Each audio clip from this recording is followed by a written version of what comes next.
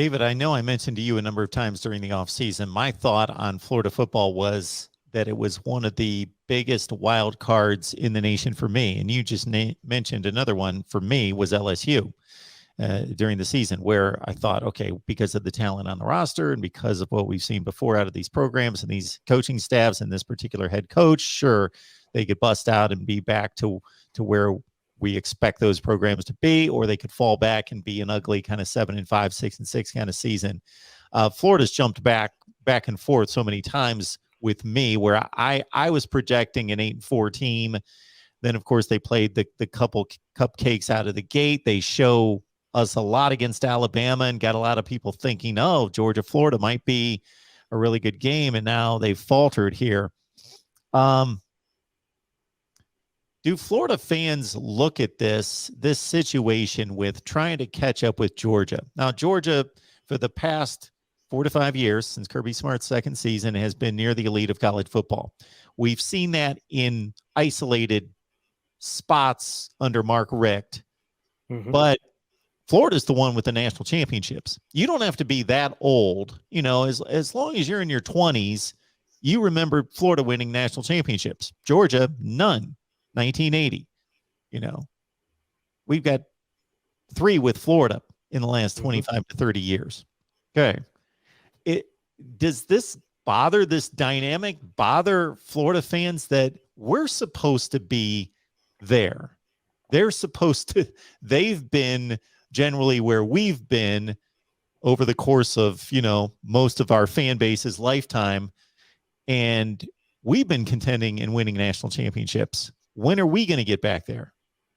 Yeah, Mark. I mean, that's why Dan Mullen was brought. When he was brought here in 2018, it was, okay, how long is it going to take to close the gap to Georgia? I mean, you knew when Dan Mullen was hired, there was a gap. There was no question there was a gap.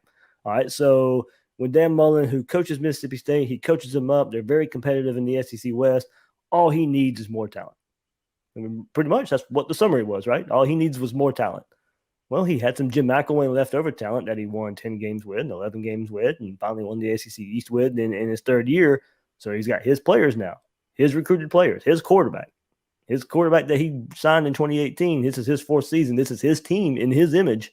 And they've faltered, like you said, to a 4-3 record right now. And look, there's different things you can point to. There's metrics out there that says Florida's a top 10 team, the S&P and all that thing. Florida, with the way their metrics, no, don't get me wrong, eye test and actual results matter 10 times more, of course. It doesn't matter what all those metrics say, but they say with the way Florida has played this year, they have played like a top 10 team. They just come out on the losing end of games. So, razor thin margin. Todd Grantham talked about it last night there with us. You look at different points. And Mark, that's probably the most disappointing part. There were things you were able to point to in Dan Mullen's tenure that would be the difference. Okay, maybe the talent's not quite on the Alabama, Georgia level, but there are things you could point to where that would make up the gap. Well, it's those things this year that are faltering Florida.